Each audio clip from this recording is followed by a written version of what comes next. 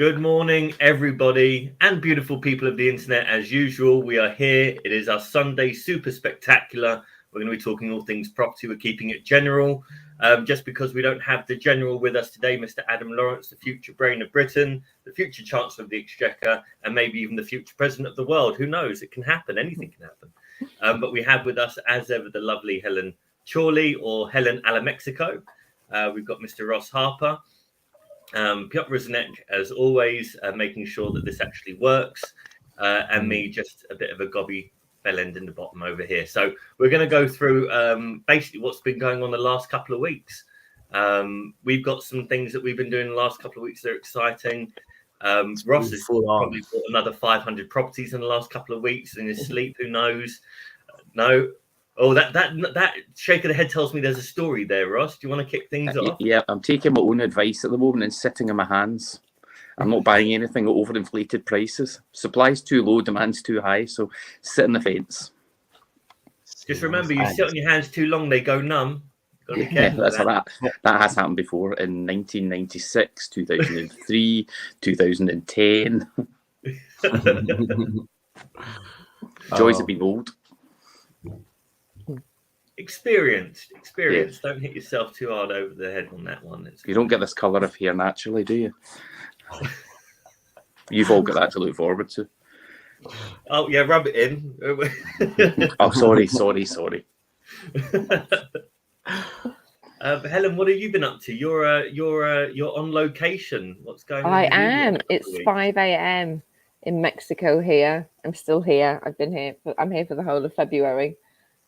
So yes, doing kind of very little property wise this month, other than getting ready for Property Elevator, which I come back to London for the end of next week, and we're filming 1st, 2nd, 3rd of March. So if anybody's got any great deals and wants funding, I can I'll stick the link to apply. Come and be on the show. You ran this live elevator show before, right? In a few months ago. This is actually filming it. Oh, this is filming. This is filming series 4. Are we on? Yeah, series 4. But actually, yes, I found out on social media that apparently I'm doing a live as well on the 15th. So I thought I was in London for a week, but apparently no, I'm going to be there for 2 weeks because we're also doing a live session at the Landlord Investor Show, which is at Billingsgate on the 15th of March, which your very good friend Omar was at. We nearly did a deal. Maybe we'll do them this time. In October. That was just such good fun. Met some fabulous people that day. It was really good. So tickets are free for that. Again, I'll stick the link in the comments below, but tickets are free, and all types of good people speaking at that. So it's a really good place to network and catch up with people. So nice one. Can we come on and heckle? Of course. I would welcome that. Good.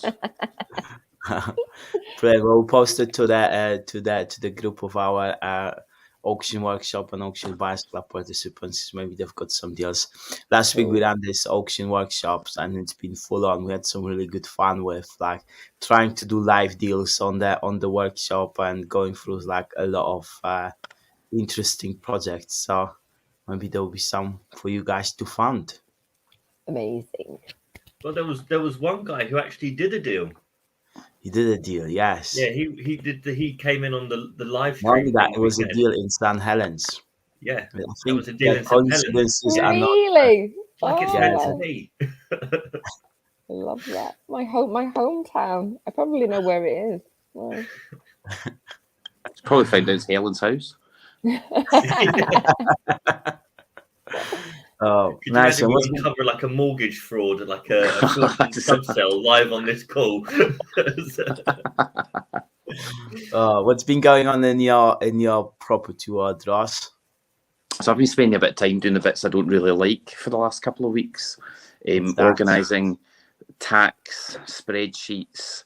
I know you're going to give me my colour off the Creator chart and all that kind of stuff, and all the bits I absolutely find horrific, which are long-term funding, debt, all this stuff. But if you're going to grow a big portfolio, it needs to be sorted. And for me, I need to get it sorted so I'm not doing any of it or it doesn't get done. So I've got a variety of different things. We're refinancing one of the big units we've got in Alfreton just now, which has been a bit tricky to go over the line. The lenders were all really keen on it, but just at the last minute, they came back and they dropped the amount of money that we were taking out by £150,000 for virtually no reason at all. So they said they would give us X amount and then dropped it by 150,000. Adam's involved in that, and Rod's involved in that. Adam went tonto quite rightly. But eventually we got it sorted because we have funding with them, and it wasn't fair what they did. I don't know whether it's because it was a change of underwriter or somebody didn't quite understand the size of it, but with us, or with me in particular, you tend to work in a kind of quite honourable way with the lenders. You disclose everything, they tell you what they're going to do, and 99 times out of 100 they do exactly what they're going to do. This time I think they saw it quite quickly that they'd made a mistake, so they sorted that. So we did that.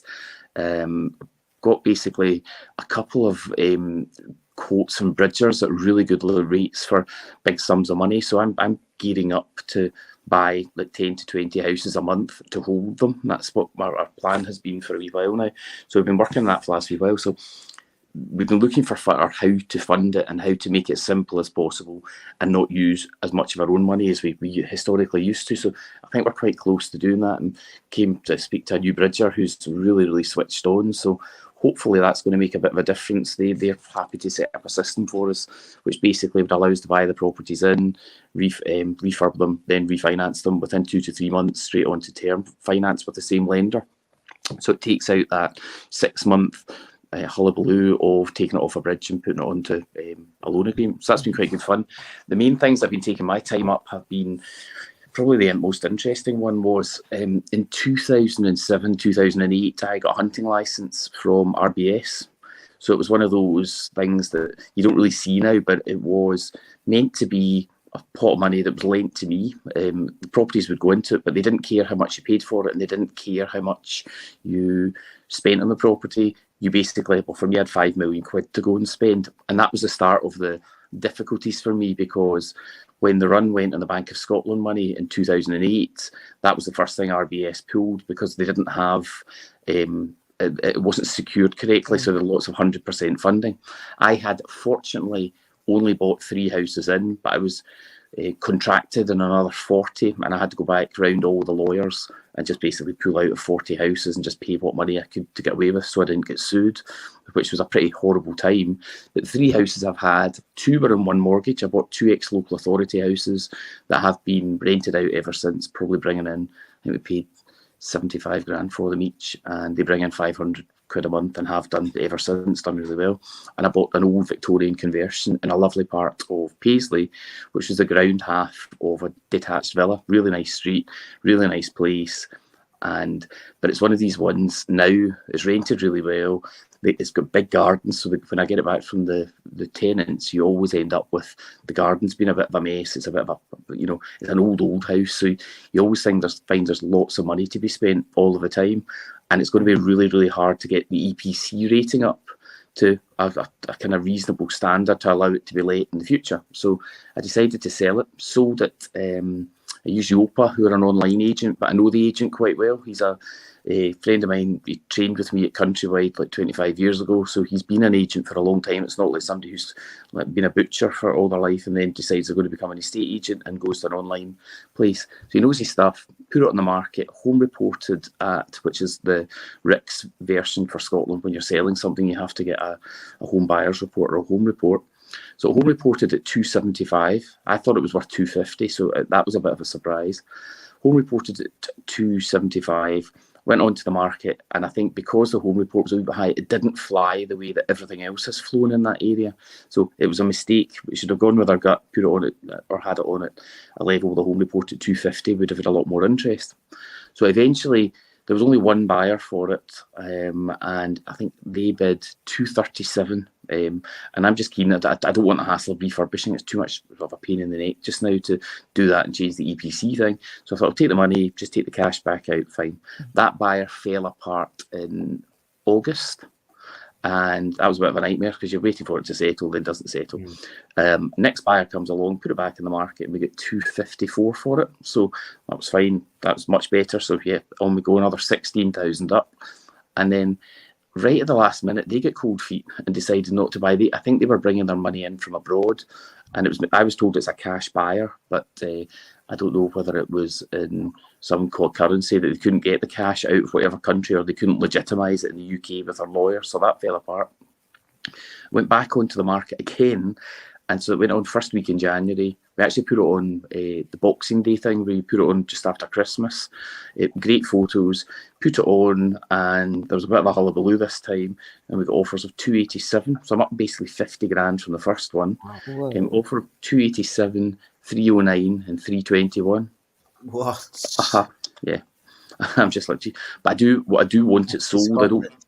What's that? Yes, it's offers over. But offers over is a wee bit like auction bidding when you get to the sealed bid part of it, where people just have a limit and they go to it. But the reason it went so high was the two people, basically we'd done a deal at 287, and the two people who came forward to say, yeah, we want it, no, we want it. Didn't have the offer in. The agent was really good. He just said, well, I've done a deal. You can put an offer in and we'll see what my client says. I can't obviously do anything about it. And I stuck with the initial offer, in fairness. I went at 287 because the other two people didn't really have their ducks in a row. They didn't have their mortgages in place. They both had houses to sell. Both houses would sell, but it's just another 3 or 4 months of having an empty house. And, you know, you're taking a risk then. There again, I've used the word first. But you're taking a risk holding on to something. I just thought there's no point. So we took 287. All absolutely fine. And that house, like all my buy-to-lets that are personally owned, is on a personal buy-to-let mortgage. So it's in my own personal name. It was taken out in 2008 as part of a hunting licence, but put onto a buy-to-let mortgage. It transpires. So the day of settlement was Friday of last week. And my lawyer, everything's ticking along nicely. They've got their funds in place. We're good to go. My lawyer phones at 11 o'clock and says, Ross, have you got a portfolio with this company? I won't name the bank, but they had bought RBS's loan book. And he said, have you got a portfolio with them? I said, no, I've got 2 mortgages with them. One mortgage covers 2 properties, the 2 ex-local authority ones, and this mortgage covers Ricketts Bar. There's a mortgage number. I've given it before. There's this. He said, no. What the bank are saying is they want all the money out the sale. Now, with the change in the tax laws, what that would mean is there's about 100 grand of profit or equity in it. But the profit and the equity in this one, because I've not refinanced, are about the same. And what it would have meant was, if I take that £100,000 out, personally, I'd have to pay capital gains tax on the difference. So you're taking £100,000, you'll pay the tax on it, and I would get left with the balance. If I'm not taking that out but selling the house, basically then I still have to pay the tax on it because I've sold the asset, but I wouldn't actually be getting the 100 grand to pay it. So there's no value in doing that at all. And I said, so how can the bank ask for that? And they said, well, it's cross-collateralised. I'm like, look, I've got lots of stuff that's cross-collateralised, so I do know what it is. And I'm like, right. I said, but it's not cross-collateralised. I've never signed anything. I've actually never signed anything with the bank who took over the debt. If you go back to 2008, when I signed my papers with RBS, I wouldn't have signed that because it's on a set of, otherwise I would just have put it all onto one mortgage. The property was bought separately. It was bought after the other 2 houses. So there is no way it's cross-collateralised. Effectively, from my point of view, it's not. In fairness, I think the bank was bullshitting. I don't think they have any right to do what they did. But then you're left in a situation whereby I want to sell the asset and I wanted it away last Friday, or I wanted to get it done. It hasn't settled yet, but it will do, I think, tomorrow morning. It's about to go. But if you look at the process then was, we had to go back to the bank in the date of entry to negotiate. The bank said, no, we're not, we're standing firm here. And I'm like, well, how did my lawyer did it for me? They did a really good job. Eventually, it was like taking a punt or a horse deal where eventually I got 50k out of the deal because I said to them, well, I'm going to have to pay the tax. So there's no point in me selling this just now. So if you don't carve things up differently, I'll give you a wee bit more of it, which will pay down the debt on my other houses slightly. They've only got 75 grand loans. So they're not expensive. I said, so I was going to pay that down. That'll pay down slightly. So I'm not losing the money in effect. But What I've then got is a pot of cash to be able to pay the tax man. What they don't know is I lived in it for 2 years, so I'll have quite a serious amount that comes off, because it would be my principal residence for the 9 months before I went out to Dubai, and also the 2 years in 2014 when I was building my own house. So the tax bill won't actually be enormous, but they didn't know that. But ultimately, that was the only reason they would allow that to happen. Wow. But what's annoying is you've got everything set up. They could have told us this in August last year, because we were almost settling. We've almost settled twice. They've never raised it, never done anything.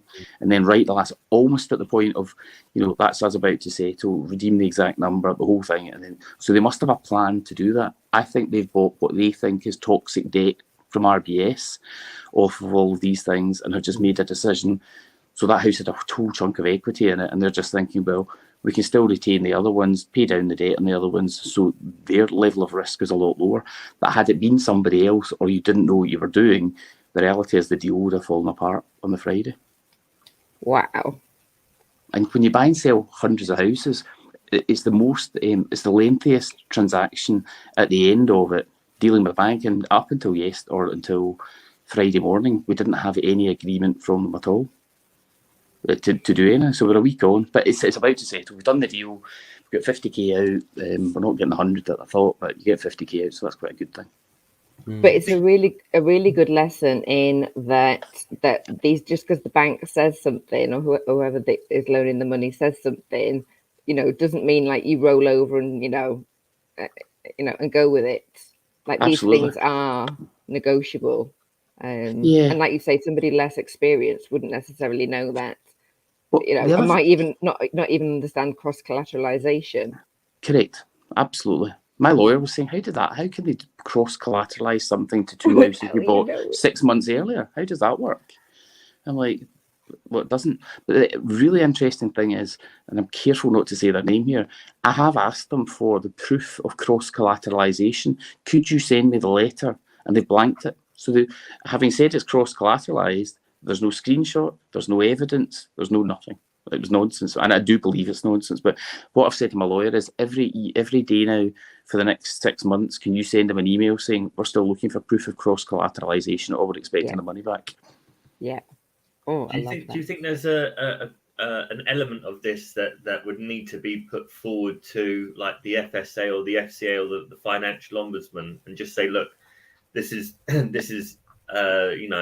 the banks are supposed to be transparent. If they thought they bought some toxic debt, whatever it may be, and they're trying to stop crystallization of that, then they kind of have to.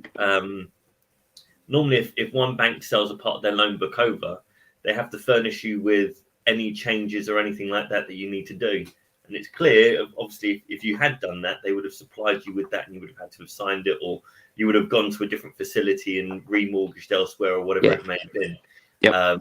But the fact they haven't been transparent in that, and they've kind of they've come in with kind of like a ninja style move at the very end to kind of scarf the deal, and they've walked away with 50 grand of your money. If it's paying down the other two mortgages, maybe that's a benefit to you, or maybe that money's better used elsewhere. Well, it just becomes dead money as opposed to money that you can put into another deal or live off of or do something else with. But you're right.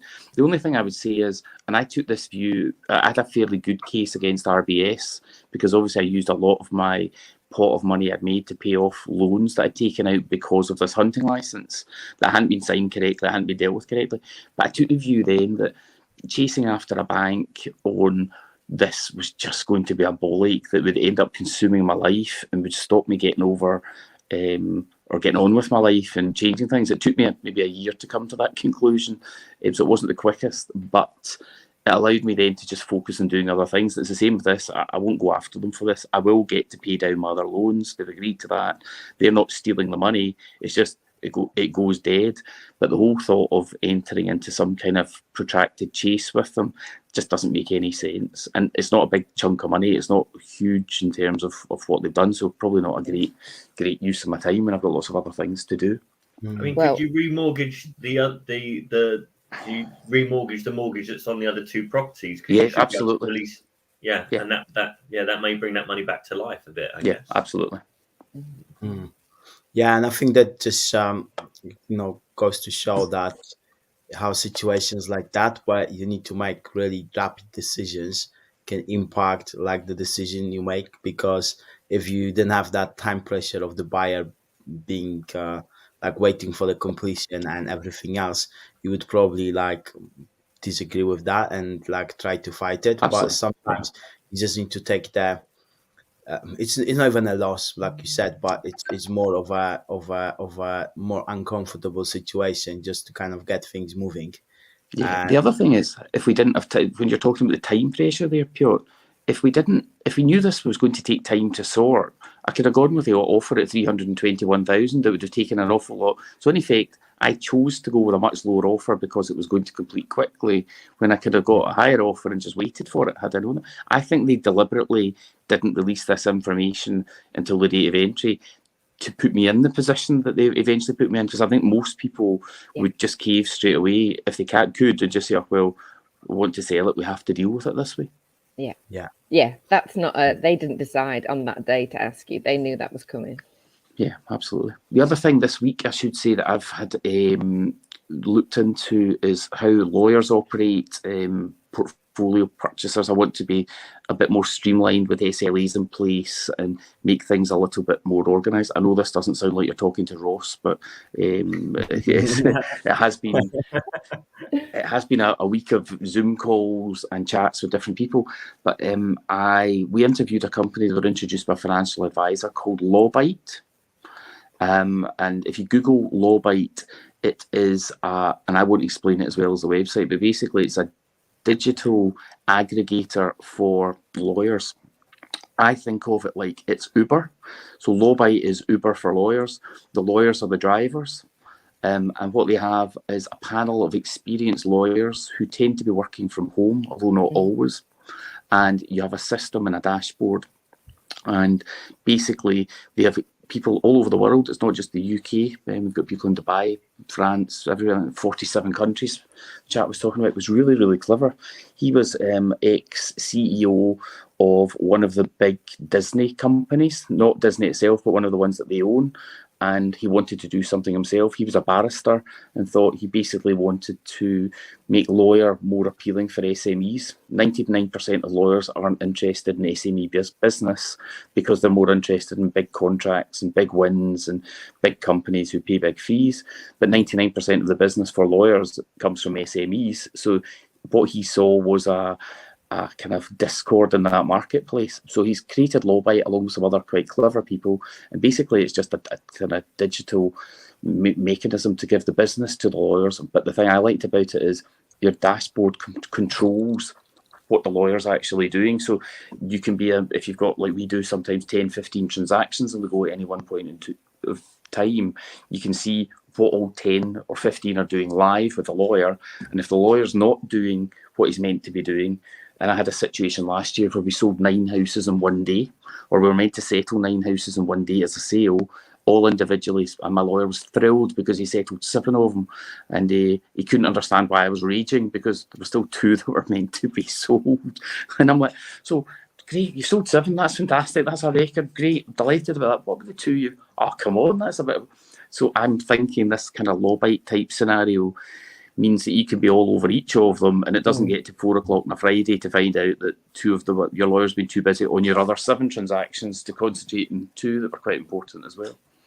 I just looked at that. I just Googled this thing, and I think it's phenomenal. It's like a viewer for viewings and inspections and taxes and everything else. It's and obviously that page is like Upwork and stuff like that, but that's more for outsourcing more creative things. And I think this is phenomenal. Yeah. Is there a way of possible to invest in this company? Yes. Just because I think this is gonna take off massively. Because especially with lawyers, you kind of want that kind of a bit of a personalized service, but you want to keep track of things, like you say, and you also want someone who is contactable, like on a quite short notice. And with this portal, like if you basically put a quote in, like I don't know exactly how it works, but I imagine if you put a quote in for work, then a solicitor who actually's got time is going to respond to you, right? And it's going to take the work on.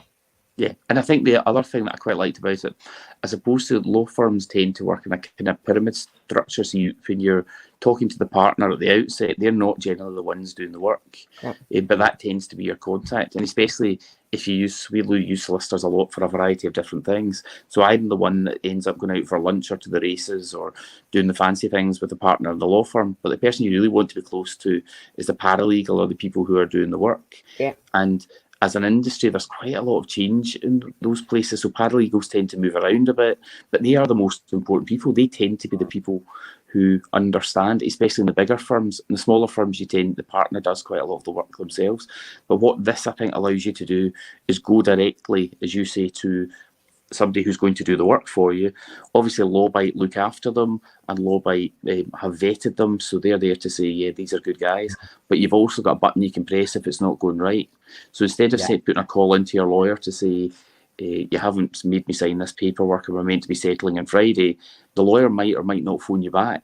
And I don't want to be critical of lawyers all the time, but having had one do a great job in that other house. But in this one, you can raise an issue within the portal itself, and they've got a support team who are solely there to make sure that the integration between the lawyer and the client, a lot of it's the client's fault where the client hasn't supplied stuff. So the lawyer can use that to say, I've sent Ross papers 2 days ago. Without those papers, we can't settle on Friday. And they'll come round and say, just a gentle nudge, Ross, we're all trying to get to Friday's settlement, but you still need to do this. And that, from my point of view, I think would be a brilliant way to be, especially when I personally forget to do stuff because I've got quite a lot to go all the time. Yeah. Rather than having to go back to email chains and it's all there. How does it work from like the perspective of like the indemnity insurance? Because usually, like when you work with one of solicitors, like the insurance expensive, blah blah, and they so it'll be like car insurance with Uber. It's like a umbrella insurance for the whole Lawbite kind of. Well, that was one of my questions, and he said, yeah, it's umbrella insurance. They insure it. They've got so many SRA registered lawyers. They've got their own law firm within this as well, which can undertake some of the work. So it sounds really well set up. So I'll be able to tell you next week what it's like. We've got a demo set up to see the system with one of our tech guys this week, and I'll know a wee bit more. Now, it might come down to, for us, I think it might come down to the cost of using them. They might be more costly in Scotland because the cost of a lawyer in Scotland is significantly less than the cost of a lawyer in London. But the reality of it is, in London, I think they're a third of the price of normal law firms. So it sounds like something where everybody can benefit from it. I was absolutely blown away when the guy was talking about how clever it was. And it's just one of these big ideas that somebody's got. And you can see they turned over £1 million 3 years ago. 2.5 million, it's gradually growing, but I think it will change the face of what law is, because ultimately it doesn't matter if it's the same Billy Smith, the lawyer. I know a lawyer called Billy Smith, so I'll change the name. So if it's the same Ross Harper, the lawyer, working in a big firm, earning 120 quid an hour out of a £400 an hour fee, or he's getting 85 quid through this but doesn't have to travel, he's got flexibility, he can work 10 to 4 and do as much as little as he wants. Yes, he might not be getting as much, but the value of his whole business is significantly better to him. Well, law tech is a really interesting thing at the moment, because last year we were talking to a law tech provider to basically get them into the auction space. Yep. In terms of creating legal packs that were kind of, it's very much like it's self-serve. The vendor goes on there, they upload the documents. Then there's a section where you can add in specific kind of requirements for the special conditions, and it's automated almost. And that was doing really very well, but they didn't have because their mainstay is a different. They do buyer and seller packs. That's their main, not for auction, but in general estate agency sales. They didn't really have the funding internally to expand into the auction space properly. So that project kind of died. I think they've got a basic project available, but it's not there yet. But actually, towards the back end of last year, we were speaking with another prop tech provider that wanted to enter the auction space, and we're in negotiation with them at the moment for me to probably take a non-exec role and help them kind of break into the space. And they've got a really nifty product that actually, if it's marketed to the right group and priced correctly, I think it's going to be a game changer. It's going to increase the number of people who are going to want to sell at auction, and it will certainly increase the number of people that are going to be comfortable to bid and buy at auction. So it's kind of it's a beautiful little thing. But this looks really cool. I was just looking at the website. This looks really cool. This law bike. So I had a chat with them about the auction space. Probably for the same reasons you are, because anything that makes it easier and quicker is good for everybody. And it's not something they obviously have bought and sold things at auction, but it's not something they've looked at that closely. So when we see them again this week, I'll have a wee chat further with them, and I can maybe give you some contact details. You can go and have a chat with them. Yeah, that would be brilliant, Ross. Yeah, cheers. Yeah, it's a space we're very interested in at the moment. Absolutely. I think anything that increases transparency and speeds things up, and actually the frustration very often is just responsiveness, isn't it? Yeah. So anything that helps with that and the accountability, and that there's a record of everything, it's a brilliant idea. Yeah, brilliant. And you could tell the guy's really, really passionate about it, which was a great thing of the call, where you're just listening to somebody who's super excited about creating their own thing and doing this, and he's always got a really big brain, and he's got lots of really good people involved in it. So he didn't have to say very much to get me enthusiastic about it. Yeah, and it's solving a real problem, right? Yeah. How did you guys connect? A financial advisor who is putting together a package for the bridging, for the exit from the bridge, for the portfolio purchases of 250 houses a year. So he's taken on board that this is quite a decent thing for him to be involved in, and he's tried to put it all together. Whether it can happen quickly enough for that to start using them, I don't know. And we might have to start with a kind of traditional route, and then maybe start giving them a couple and see how it goes and build the process up. But it was a financial advisor. There's no value in it for him doing this other than he really likes Lawbite, and he really likes what we're about to do with the property stuff. So he thought it was quite a good fit. Yeah. Really Actually, good. These introductions, I think, again, this week, doing all this stuff that I don't like doing. I like talking to people about buying houses, and but then once I've got them, I don't really like the rest of it. So having done it this week, and speaking to all these different people, I've spoken to loads of lenders, lawyers, all these types of things. It's actually, some of the opportunities are really good, and you just think, well, maybe a week, a month, that's exactly what I should be doing. Yeah. Well, what else is there to discuss for last week's or this future weeks that are coming up in the property scene? Has MD read Adam's report this morning? I haven't.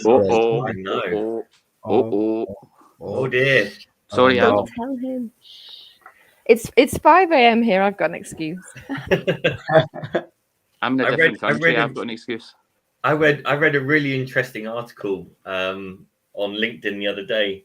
It's called the Big Mac Index, a measure of PPP and burger inflation, and how they tie it into how international markets work based on how much a Big Mac costs in that territory. And I thought it was really good because like that kind of stuff normally doesn't interest me, but I like a Big Mac. So they kind of took information that kind of is Adam's sphere of like brilliance, and they applied it in a way that I was like, I fancy a McDonald's now. But it kind of it made it relative. Gee, I don't think you realise how funny you're being just now. You've Really? got Adam, you've got all these technical terms, and you've got Big Macs in the same sentence. He loves a Big Mac. He absolutely loves it. He loves McDonald's. You know what? Now I know I got on well with him for a reason. Like you know, he's. You need to ask him if he's tried the new chicken Big Mac. I left a comment on LinkedIn looking like a riot pilot, just saying, "Do you have the same metrics for the new chicken Big Mac?" No one's responded yet. That's because they're not allowed. They can't sell the new chicken one anymore because they sold out. The demand was so high for them that they had it in stores for 2 weeks, and then they're sold out, so they have to restock. Oh my god. Who'd have known? Yeah, Wow. well, dude, I mean, I've not been on Facebook yet this morning, so I have no idea. It would have been Adam level kind of inflationary kind of Bank of England chat, which is always brilliant and insightful. But I hadn't read it yet. Sorry, got a poorly baby this end, so I was too busy getting cuddles. Oh. Interesting thing. I commented on a YouTube video, which I do maybe like. I just don't do it. And it was a YouTube video that this guy did, and he was interviewing a well-known property educator, a slightly chubby property educator here in the UK. Don't be fattest. Pardon? Oh no! Don't be There's fattest. nothing wrong with a bit of chub. There's nothing wrong with a bit of chub. Do you want me to show you? It was for descriptive purposes. It was for descriptive purposes. It wasn't for discriminative purposes, of course. And I just basically commented because the chap who's done this video said, "Oh, he said this thing at one point, and then he completely contradicts it. And it's all within like 3 months, these two videos, and he's doing a comparative." And my comment was, "I love the contradictions." Laugh, laugh, laughy face. And someone is just, it's obviously a troll trying to bait me, has just responded by saying, "You clearly know nothing about business. You know, if the sun was shining in the morning, I told you the sun was shining in the morning, and then in the afternoon it was raining, and I tell you it's raining. Was I lying about it being?" And I was, and I thought, if that's the equivalency you're using to justify someone blatantly lying on two videos, then there's something really very wrong with the world. Well, this is taking a different turn. You're now saying blatantly lying. Yes, yeah. So when you got that comment, did you immediately rush to the curtains and open the curtains to see if it was raining or sunny? I did. And actually, where I am, it's quite nice. Is it raining where either of you guys are? Yeah. It's where I am, yeah. Yeah. Oh, see, there you go. Lies upon lies. Sun always shines on the righteous. But the sun is shining. I just can't see it right now. I've got it all. I've got a monopoly on it. 27 degrees. Well, not at 5 a.m, but. So did you? There was a post on the Partners in Property community group from a Scottish developer. There's an older chap, and there's quite a lot of interesting commentary took place after it, and it was a really, really personal post. I don't know him that well. He's Scottish. He was an educator. He's got a big portfolio, mostly paid off, I think. I don't know his story all that well, but from what he says, he's obviously done well. And he went to a property education event, I think in 2016 that he was running.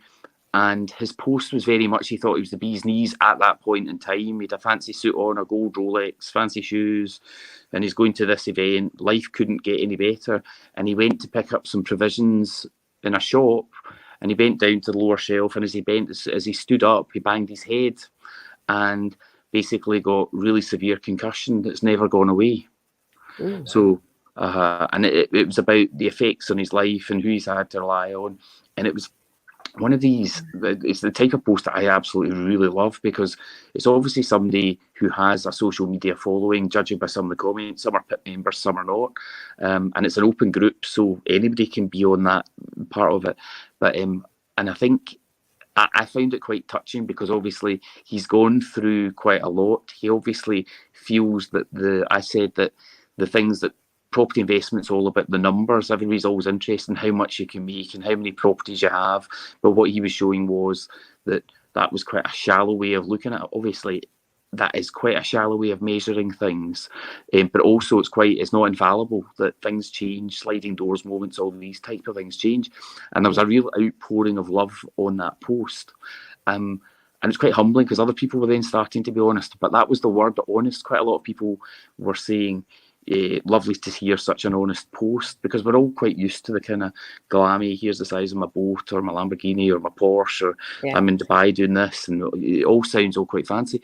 But I posted, it's really nice to hear such an honest post.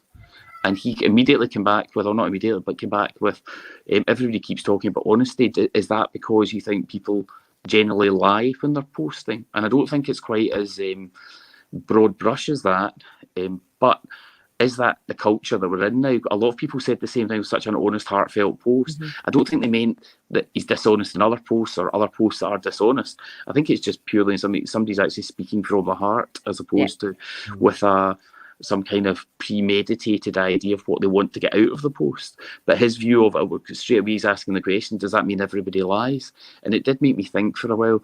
I wonder how much of, obviously this is quite off the bat, this conversation on a Sunday, there's not really a great deal of sales pitch involved within it. It's not something, you're not really plugging your stuff. I don't educate anybody. You're not, it's not there to drive lots of people into a funnel the way some things are. But obviously quite a lot of the content that we consume, quite a lot, it was just making me think. And then from that point on, every post I'd be looking at, think, why are they posting that? What is it? Oh, they're trying to get people into a funnel. Oh, they're trying. So maybe there's a degree of truth to the honesty question. Yeah. I think there's a difference between sales, marketing, business, and sharing elements of your personal life. Yeah. Right. And I think there is an element of people think, if someone's talking business, then, they're just trying to get this or they're trying to get that. And it's not really about honesty. It's about business. But when someone is sharing their personal life, I think that's a more human thing. And I think maybe people find that more genuine. Yeah. Because instead of posting as a person around what your business is trying to do or what you're investing in, and people think, okay, well, there's elements of this that has to be marketing, so you have to put a shine on it, or so maybe it's not that it's not honest, maybe it's just that it's positioned in that kind of way where it looks more attractive than perhaps it needs to. But I think if you can express what you are and who you are authentically, honestly, I mean that's probably a heightened level of honesty. Then that's very different. I mean, you can sell as an honest person, but people always know when they're being positioned into a sales funnel or whatever it may be, But if you're telling people, oh look, this happened to me, but this is not my next course on how to recover from this for 59997 or whatever it is, then it's a completely different thing. And I think people forget that social media isn't just about positioning and sales. Whether you're in property or you're not in property.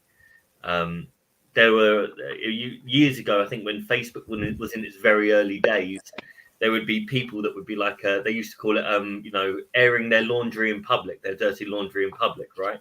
And there was like a lot of kind of judgment, like, oh, why don't you take this offline? This isn't for, and I think people were kind of stuck in that position where they didn't really share what was going on in their lives, which meant they were painting a fascia. They were putting makeup on over something.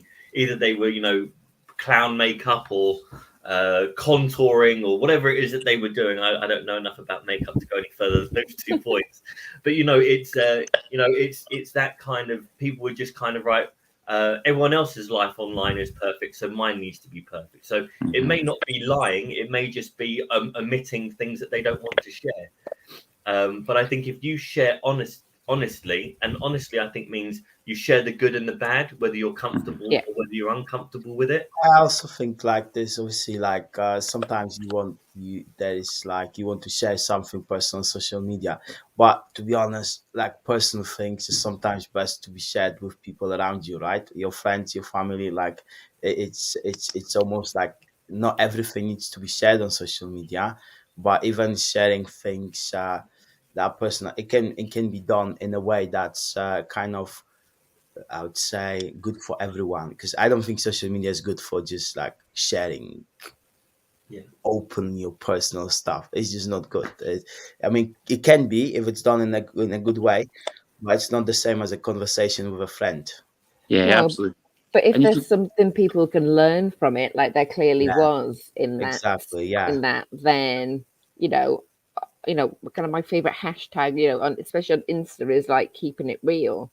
Like Jay, like what you're talking about isn't lies. And I've had rants, as you well know, over the past couple of years about that. When you're showing a one-sided view of life, it's effectively a distortion of reality, right? Whose fucking life, pardon my French, is just perfect all the time? It's just not. Whose property journey and property career business is, smashes it out the park every day? Nobody. So don't pretend. Yeah. It's that maybe that's a better word than kind of lies. Don't pretend like that.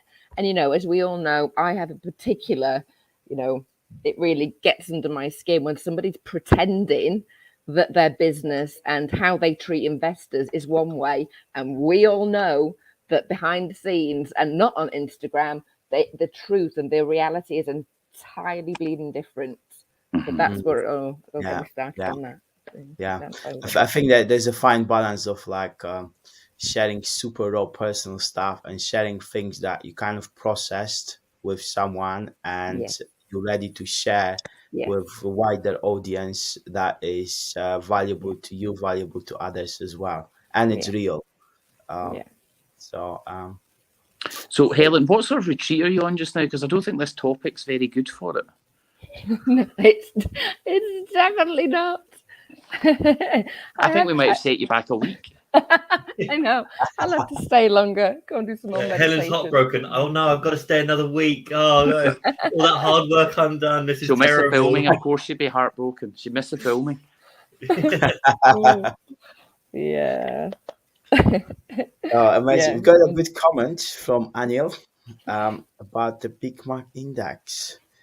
Sunny says, I actually used the Big Mac Index 20 years ago to make cost of living adjustment factor to judge whether to move to live in India, USA, Paris, and UK. It's actually a great index. I wonder what part of this index made you move to London. Number of Big Mac shops. Availability of supply. That is absolutely. When I was looking at this, it's basically like an infographic. You've got all those infographics where it goes over across the years, like the price goes up and goes down. So that was really cool, and it just it made a lot of sense to me, because like there are some things that especially like in like high finance, that I'm not trained, I'm not specialized. I can grasp concepts if someone gives me the context and the application, but I understand a Big Mac. So it meant that I was able to understand this concept really very quickly and really very easily. Is that why you moved to Northamptonshire, Jay? That's it. I mean, it's 12p cheaper than London for a Big Mac. But could you imagine who was? So could you share that if you could find it, and then we could maybe have a McDonald's discussion next week, because we could talk about this. Hopefully Adam's back. He can tell you about the whole menu. And I've been in numerous McDonald's up and down motorway services everywhere, discussing the merits and demerits of the two burgers we each had, the chicken nuggets per 20 portions. But we could also talk about their real estate model, because it's quite clever as well. Yeah. Oh, yes. We're going to have a McDonald's episode next week. Jay can talk about the apple pies. The burn index. I can talk about the franchising model, because I've learned quite a bit about that the last couple of years. But yeah, what I'll do is I'll share it internally with our group, and then we'll do like a bit more of a call about it. Having Adam on the call would probably be a little bit more beneficial than me just hamming my way through a short article I found on LinkedIn. Sounds good. Nice. Well, that's good, and we can throw a little bit of like honest burgers as well later on for comparison against McDonald's. How was your auction? You were doing an auction workshop this week, weren't you? Is that what you're saying to the people? What? How did everybody get on? Because it looked like you'd maybe 20 people on it. It looked quite a lot of people. Yeah. Pretty much bang on the numbers there. Yeah, 20, yeah. 3 or 4 online, but yeah, it was really enjoyable. It was a full-on workshop. Like I think like we did quite a few things that like one person did a deal, like he basically out of his own kind of initiative and stuff, and he did a deal in the auction, and also one person suggested a deal which went unsold in the auction a week ago, and we started working on this, and we started like making phone calls, and they went on the viewing during the workshop. They took an Uber to went to see the property, and we worked out so many things. It was like such an amazing example of how you can possibly make a deal out of the transaction. And actually, following that workshop on Friday, me and Jay went to see the freeholder of the building because there's a dispute over that thing. And we're like, okay, well, let's work out, let's get to the bottom of it. Let's speak to the freeholder. But we didn't actually manage to see her. But it's like our workshops are always very practical. Yeah. We talk a bit about, I mean, we talk about the structures and everything else, but that's boring stuff. And the most exciting things are actually working on the deals. And everyone was super excited by like what's possible, like how actually deals are being done. I know what's funny as well. We had David Sunderman doing that presentation about like what auctioneers see as well on the screen when you're bidding, like how that's the whole thing. And then we were also selling a property for a client in auction house, South Yorkshire auction. And that was at 2 p.m. on the first day. And that was after that presentation. And we played that auction live just for that lot. And everyone was laughing so hard when they heard the auctioneer using exact phrases that David Sunderman was talking about like an hour earlier. And it was just such an eye opener how things are kind of done in the auction. It wouldn't change anything, but it just makes you more aware and makes you kind of make decisions more consciously rather than anything else. So it was very practical. Really That's enjoyable. amazing. And do the people that come, obviously I recognise some of the faces. I think I saw a post where you're all out for dinner. So some of the guys that come are super experienced and buy lots of things. Are there novices that come to it as well? I would say it was there were the majority were really quite like established and accomplished, like from what we know of them, and like the quality of questions that they ask and how quickly they grasp the concepts kind of gives you an idea that they're at a certain level. There were a couple of people there, I would say maybe 3 or 4, where they've done a couple of trades or they've done a couple of maybe just selling at auction rather than buying and selling at auction. So they were just looking really to skill up on, because one day was focused on how to sell at auction, and one day was focused on how to buy at auction and the mechanisms and the process and how you can try and gain certain elements of that system, practically. And I think people there were parts that people were like, oh, I'd actually forgotten that. So they were rediscovering and relearning parts. Yeah. But at the same time, there was certain kind of, you could see, we said a couple of things and you just saw people's mouths drop. So there was like a couple of truth bombs in there. And a lot of it was case study heavy about the stuff that we're doing. Some JV partners are doing, members of the Buyers Club are doing. So we're basically just sharing like, this is practical. These things, this isn't like a go and do this and you'll get great success. It's like, this is what we've done. This is what we're involved in. But I would say where 1 or 2 people maybe weren't overly experienced, they were probably already a part of property for a period of time, doing something probably a little bit more vanilla. And the idea of getting involved in the auctions in a structured and practiced way, because how long were it? 53 minutes, and understanding risks and how to mitigate those risks, the multiple exits, the understanding the different things you can do with an asset, and who your competition will be and what they're likely to be paying based on what strategy they're likely to employ to add value to an asset was important. Because one of the things most people say is, oh, whoever bought this property, they overpaid like by 50 grand or something like that. And we're like, well, if they were using your strategy and they were positioned the way that you are positioned, then absolutely they've overpaid without a question. Of course, logic dictates it. But what if they were doing this? Yeah. Oh, no, then maybe they've got themselves a half decent deal. Well, there you go. You look through that one lens and you apply that one way of thinking, and that's all you're going to see.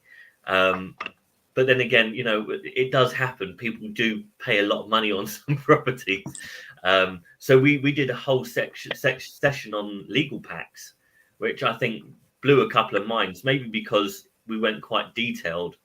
And I think it's a bit of brain melt in there, but we followed it with a break, and some people going, "Oh, I didn't know this," and it was a lot of fun. We hadn't done that since I think 2019.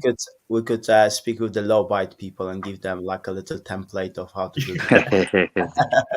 Is that how you can put 10 grand fees into the legal packs and hide them efficiently? Well, yeah, I mean, we obviously mentioned that there are people out there that do that, but we also kind of gave like really quick shortcuts on how they can strip through the special conditions very quickly and decide whether they're going to proceed or not, whether those costs are prohibitive or not, because they're not always prohibitive. If you're aware of them up front. So, and we've given a top tip as well on how to check if those extra costs are added. Like basically in those searchable PDFs, when the special conditions on there, you just put Control F and then you type in words %. And then you're probably gonna, if you find a word, if there is a word of that in the special conditions written like %, then it's probably there's lots of fees to pay. Quick way to like skim through the special conditions in 10 seconds and know how much fees you're paying. I mean, because we review so many auction properties just in the course of our day, in our week, and our month. You know, we're always looking for things, or we're helping members of the Buyers Club look for things. So you kind of, just through practice, you kind of create these, you optimize with these shortcuts that will enable you just to get to the heart of the matter really quickly and decide whether you move on or not. So yeah, we shared things like that, and there have been some of the attendees have already gone on and said really nice things publicly about it, which is just endearing, because we kind of you know, this isn't the mainstay of our business, but you know, we always do it because we enjoy it more than like. I read one of them which said Piotr really knows what he's talking about, and Jay's a really nice guy. Yeah. I mean, 80% of them is that, and then the other is, did you know Jay's got a really good sense of humor, and Piotr just kind of shouts at me. That's kind of. Those are the two types of posts that you get. To go back to your the looking at legal packs, it was interesting. We got a TPOS in one of the auction companies complaint about our legal pack. Somebody bought. I'll be quite vanilla about it, but somebody offered before the auction to buy a property from us. Nothing to do with me. It was just a standard auction lot, and our stuff's fairly, whether it's auction house or national, it's fairly clear as to what the fees are. There's nothing hidden. Well, from our point of view, we don't hide anything. So the person came to us a week before the auction on the Friday and said the legal pack wasn't ready, and she said, "I don't care about the legal pack. I want to buy the house. Can you take my offer to the vendor now? Blah blah blah." And I think it was £20,000 would have been the total deposit and buyer's premium. She said, "I can pay half now and half on Monday to take it off the market. I don't want anybody else seeing it." The reviewing set up over the weekend. And then, so we did that, created the paperwork, did everything. And then she changed her mind over the weekend and wanted her money back on the Monday, which obviously isn't the right thing to do, because we cancelled all the viewings. It then was going to be a struggle to sell in the auction. Spoke to the client about it, spoke to lawyers about it, and then she raised a TPOS complaint about it. And it was interesting because it goes through the whole process, and these TPOS complaints are not to be taken lightly, because they can do you quite a lot of harm if they go against you. And I think there's 9 or 10 like auction complaints. I think probably Jay, you were talking about this before, so you don't want to be added to that list if you can help it.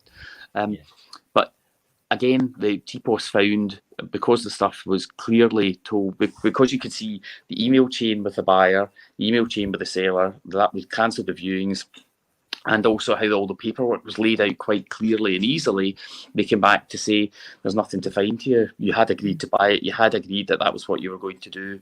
And in effect, you pulled out and changed your mind, but that's after the event. So found in our favour.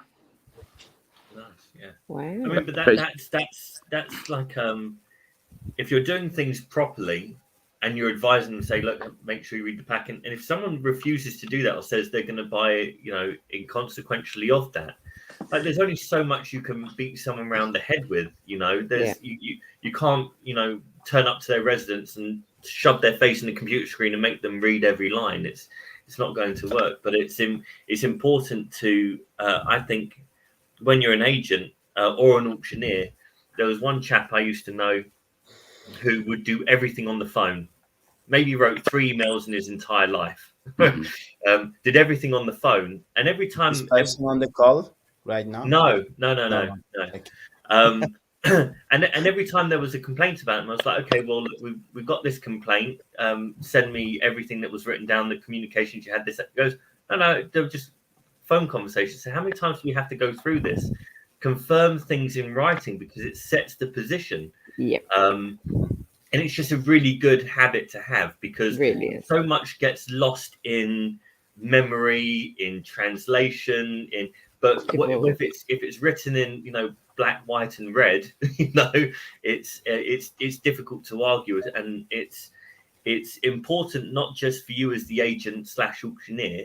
It's important for all the parties to see that that they're being communicated with effectively and transparently. Yeah.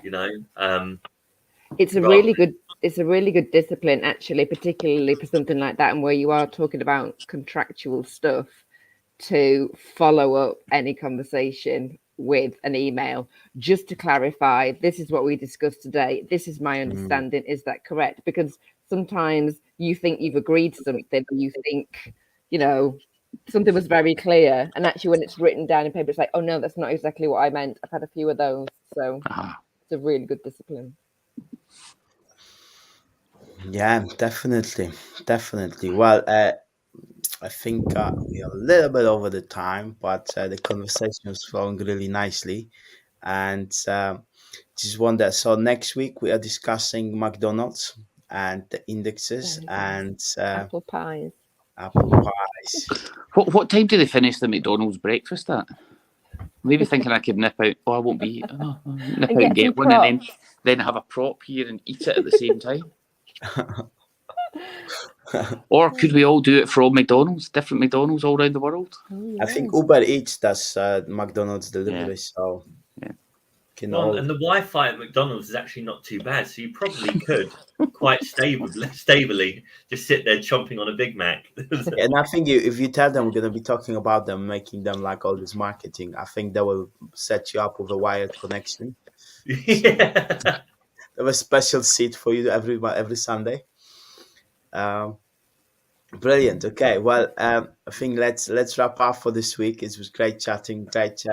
Thanks everyone for comments, Anil, Dominic, Edwards, and everyone else, Ruth, everyone else who commented and watched us on Facebook, YouTube, LinkedIn, wherever you watched us. We will be back next week. If you have any comments or suggestions for next week's topics, let us know. We're always looking for that and looking for inspiration. And if you want to add anything to McDonald's conversations, come back next week at 10 o'clock. Thank you very much, everyone. See you later. Thank you. Everybody. Bye.